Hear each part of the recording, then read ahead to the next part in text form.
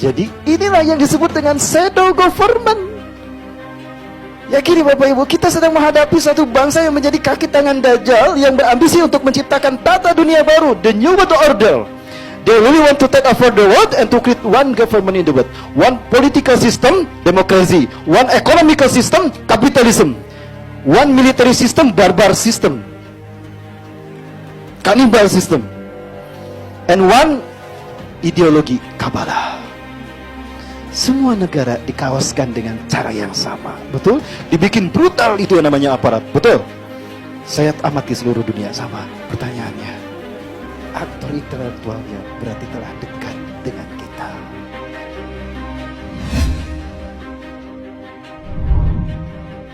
Ada apa sebetulnya dengan Korean Wave? Ya, penuh sekalian. Memang ini ada satu fenomena akhir zaman yang sangat memprihatinkan terkait dengan konspirasi sebetulnya. Konspirasi untuk menghancurkan satu bangsa, konspirasi untuk menghancurkan satu tatanan sosial. Dan itu bernama Korean Wave. Mereka punya asumsi seperti ini. Ini harapan mereka. Mereka ingin menciptakan negara dunia yang mereka sebut dengan the new world order, di mana negara dunia ini ada dalam satu kendali mereka, Yahudi. Ya, one government in the world. Maka negara-negara di dunia harus menjadi budak mereka. Supaya negara-negara di dunia ada dalam budak mereka, maka hegemoni mereka harus menyebar ke negara-negara di dunia. Maka apapun yang menjadi penghalang bagi terjadi itu, kill them all, destroy, ya, dan hancurkan mereka. Ya. Bagaimana cara mereka menghancurkan? Ada yang langsung dibantai kayak Suriah, Palestina, ada yang dihancurkan pola pikirnya lewat counterkultur, lewat budaya. Nah, Indonesia termasuk negara yang harus dihancurkan lewat budaya.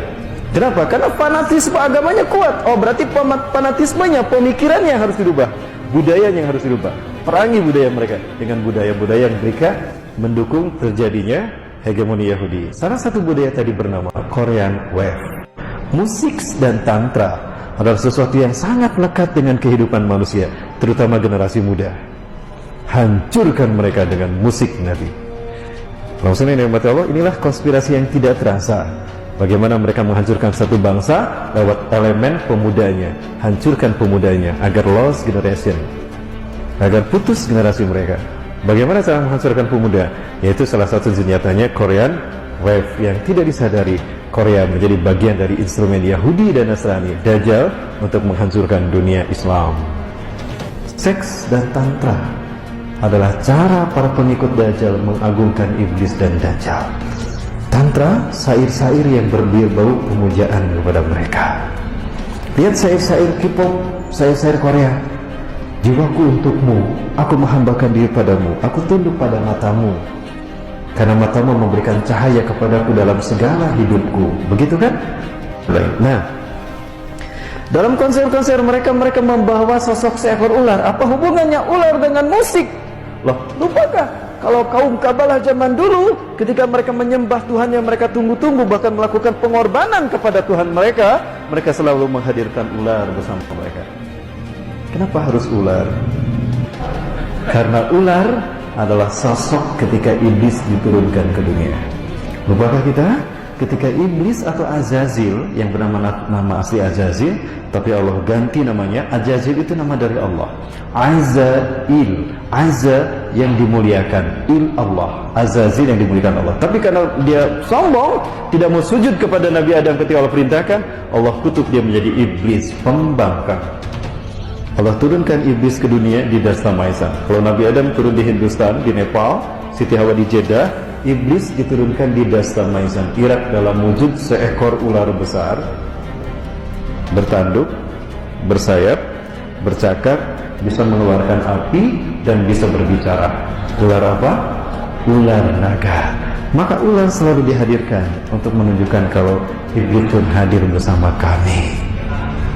Seks dan tantra mereka. K-pop adalah salah satu warna yang terbaru menyingkirkan dominasi Christina Aguilera, Britney Spears, kemudian juga Rihanna, kemudian juga Madonna.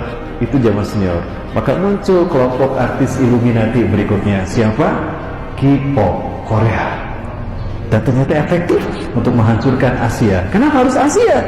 Karena kebangkitan Islam akhir zaman akan muncul dari Asia, dan itu yang menjadi kendala terbesar dari mimpi mereka mendirikan Year of the Jewish Kingdom di 1000 tahun terakhir.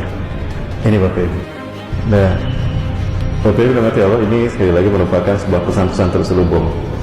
Ada dua hal sebetulnya yang menjadi konten dari hiburan entertain belakangan ini, ya, sehingga pemirsa yang menjadi pemerhatinya itu terbagi dua.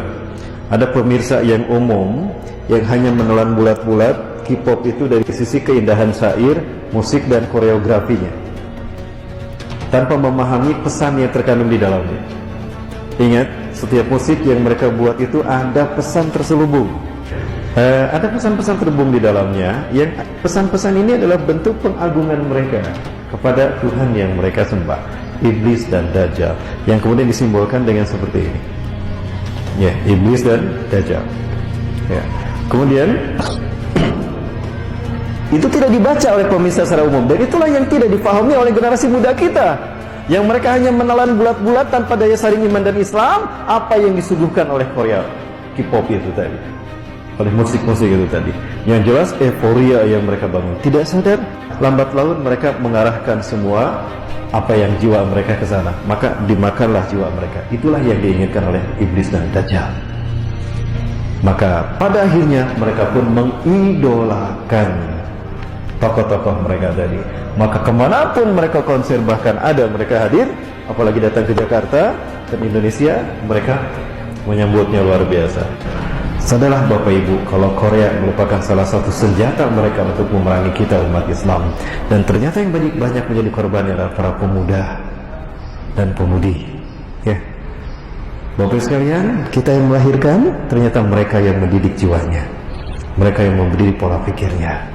Tidak sadar kalau kita sedang dihancurkan oleh mereka, sehingga kita kehilangan aset terbesar di dunia ini. Anak-anak kita, generasi muda kita yang menjadi aset bangsa, dihancurkan oleh sistem dajjal melalui agen-agennya. Salah satu agennya adalah Korea. Belakangan ini saya mendapatkan data terkait dengan konspirasi mereka. Mereka sudah mulai berani menggabungkan sejarah Islam, menghadirkan tokoh sekelas Siti Fatimah dan Rasulullah dalam misi K-pop mereka, tapi dalam bentuk film. Pernah mendengar The Eye of Fatimah? Ada? Pernah dengar? Pernah nonton filmnya? Ini yang terbaru katanya, dan ini ada dalam Korea. 어디서 따온 것 같아요? 파티마의 손. 파티마의 손이 무슨 의미예요? 파티마는 마호메트의 딸인데요. 이슬람교에서는 파티마의 손이 천국의 문을 여는 열쇠 역할을 한다고 믿어요. 그래서 정의의 문에 얽힌 전설이 있어요. 천국의 열쇠와 파티마의 손이 맞닿는 날에 비로소 문이 열리고 성이 무너진다고요. 잠깐만. 뭐라고요? 열쇠? 네, 천국의 열쇠요. 파티마의 손이랑 천국의 열쇠.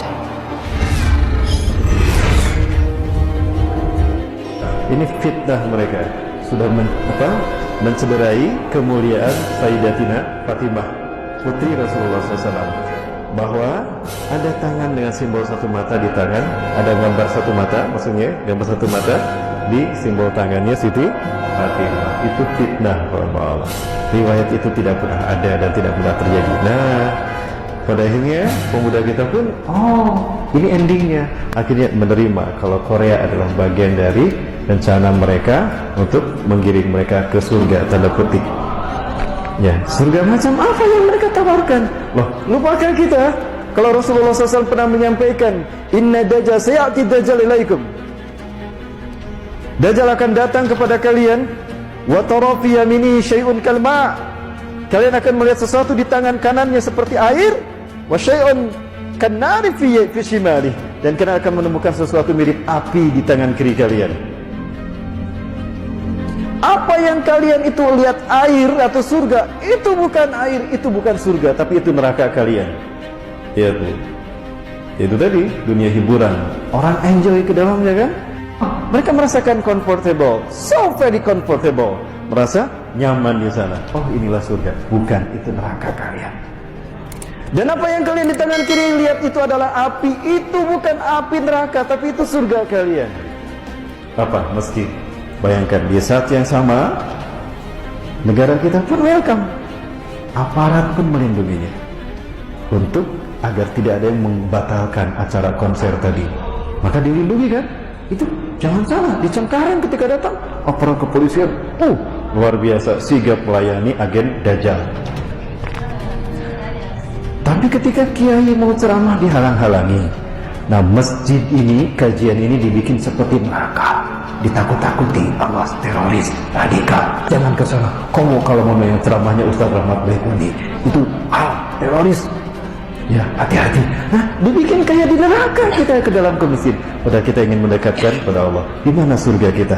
Air yang ditawarkan oleh Dajjal atau api yang ada dalam tangan kiri Dajjal? Apa kata Rasulullah?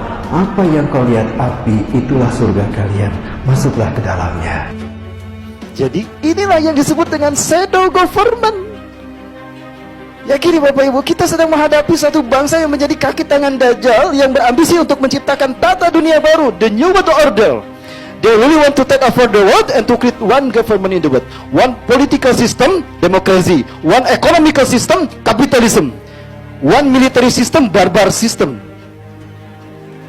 Cannibal system. And one ideologi Kabbalah. Semua negara dikawaskan dengan cara yang sama. Betul? Dibikin brutal, itu yang namanya aparat. Betul? Saya amati seluruh dunia sama. Pertanyaannya, aktor intelektualnya berarti telah dekat dengan kita.